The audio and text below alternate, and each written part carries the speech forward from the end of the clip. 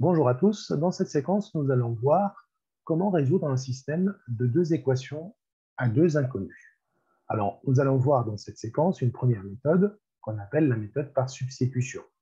Alors d'abord, qu'est-ce que c'est que deux équations à deux inconnus?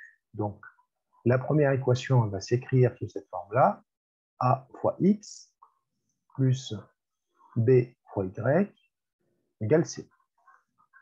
A, b et c, ce sont des coefficients connus. X, y, ce sont les deux variables, les deux inconnus. Alors, du coup, une deuxième équation, alors, donc celle-là, on l'appelle une équation linéaire, parce que x, y sont toutes les deux variables à la puissance 1. Et donc, une deuxième équation que je vais écrire sous cette forme-là, a', un deuxième coefficient, il peut être égal à a ou pas, fois x, plus b' fois y, égale c'. Et donc, l'idée, c'est de trouver l'ensemble des couples x, y, qui sont solutions de ce système.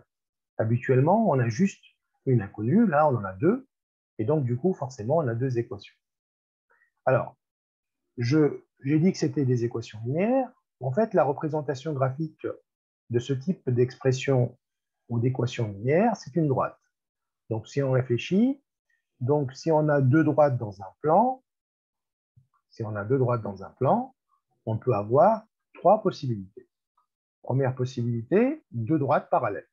Eh bien, si on a deux droites parallèles, donc forcément, on n'aura aucun point commun aux deux droites, et du coup, on n'aura aucun x, y commun à ces deux équations, et du coup, notre système ici n'aura pas de solution.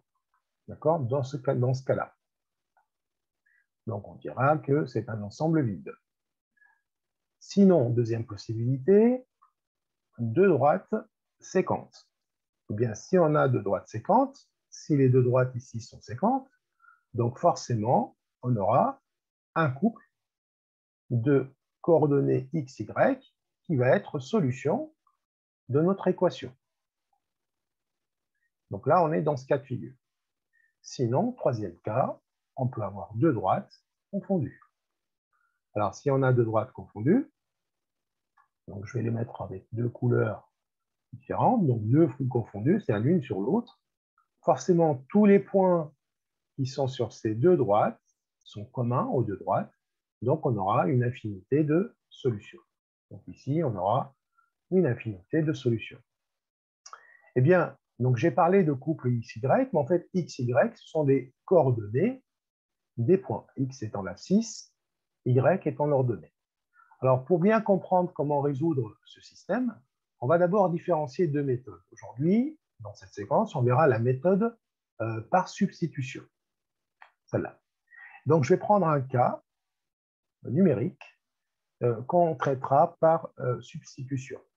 Alors, voici le système à résoudre. Donc, première équation, 2x plus 3y égale 1.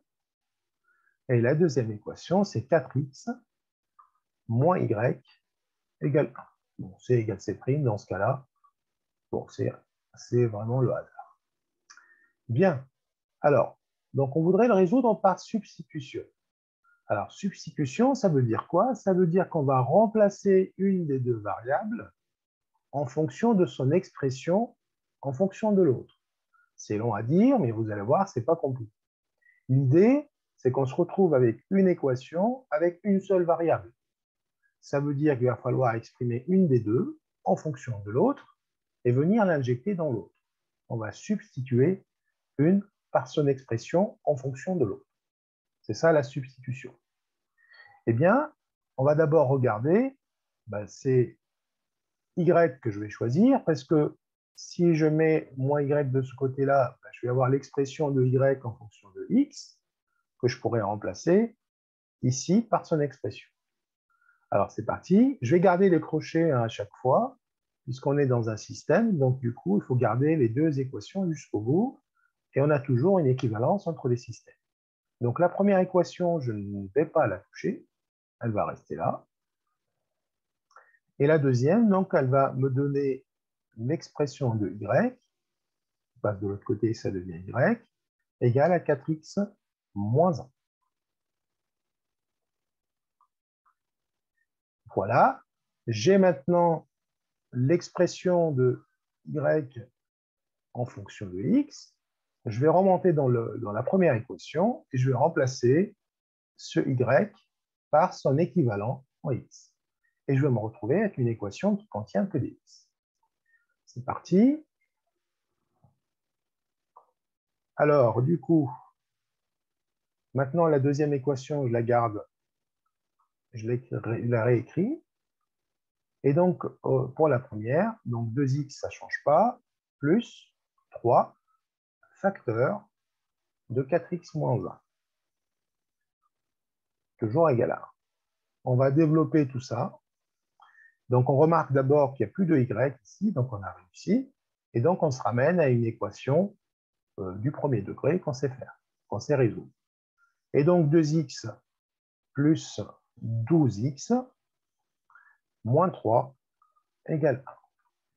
Je réécris la deuxième équation, puisque j'en aurai besoin. Une fois que j'ai trouvé la valeur de x, ça va me donner la valeur de y. Alors, je continue. Je vais réduire tout ça. 2x plus 12x, c'est 14x, égale à 4. Donc le moins 3 passe de l'autre côté. Et là, j'aurai y égale à 4x moins 1 que je n'ai pas encore touché. Ça y est, j'ai la valeur de x. Donc x égale à 4 quatorzièmes. 4 divisé par le coefficient de x, qui est 14. Je peux simplifier un petit peu cette écriture. Ça va me donner 2 septièmes. Je remplace ensuite le x maintenant par la valeur numérique que j'ai trouvée là-haut, 2 septièmes. Donc, ça va me donner 4 fois 2 septièmes moins 1. Et donc, 4 fois 2 septièmes moins 1, c'est 8 septièmes moins 7 septièmes. Ça veut dire 1 septième. Et donc, voici la solution de mon système. Donc, c'est le couple de coordonnées 2 septièmes, 1 septième.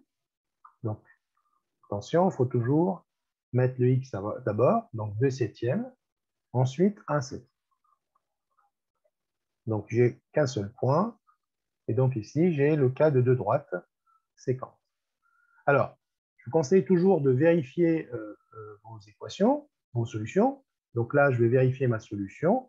Alors, je vais choisir une des deux équations. Par exemple, je vais choisir celle-là. Et je vais remplacer x, y par les valeurs trouvées et voir si je trouve un moyen de vérifier assez rapide. Alors, allez-y. Donc, vérification. Donc ça, vous n'êtes pas obligé d'écrire sur votre copie. Hein. Donc, juste à titre préventif, pour ne pas donner une valeur erronée. Hein. Donc, ça me permet de voir si je me suis trompé ou pas.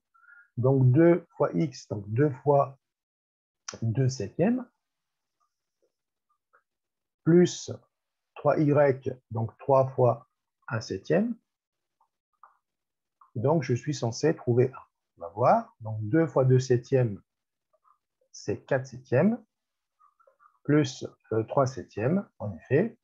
Donc, 4 septièmes plus 3 septièmes, qui va me donner 7 septièmes qui égale à 1. Donc, pas de problème, je ne me suis pas trompé dans cette résolution. Voilà, donc nous arrivons à la fin de cette séquence. Alors, je rappelle ce qu'on a fait. Donc, la première méthode de résolution d'un système de deux équations à deux inconnues, eh bien, il suffit de substituer, remplacer une variable en fonction de l'autre et l'injecter dans notre équation. Ici, nous avons choisi de réécrire y en fonction de x. Donc, y égale à 4x moins 5. On a réinjecté dans la première équation. L'idée, c'est de supprimer une des deux variables, c'est d'avoir une équation avec une seule variable.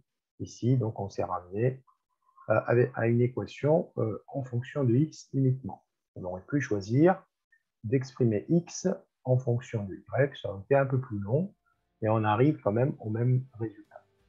Donc, merci pour votre attention. Je vous dis à très bientôt pour la deuxième méthode qui est la méthode de résolution par combinaison linéaire. Au revoir.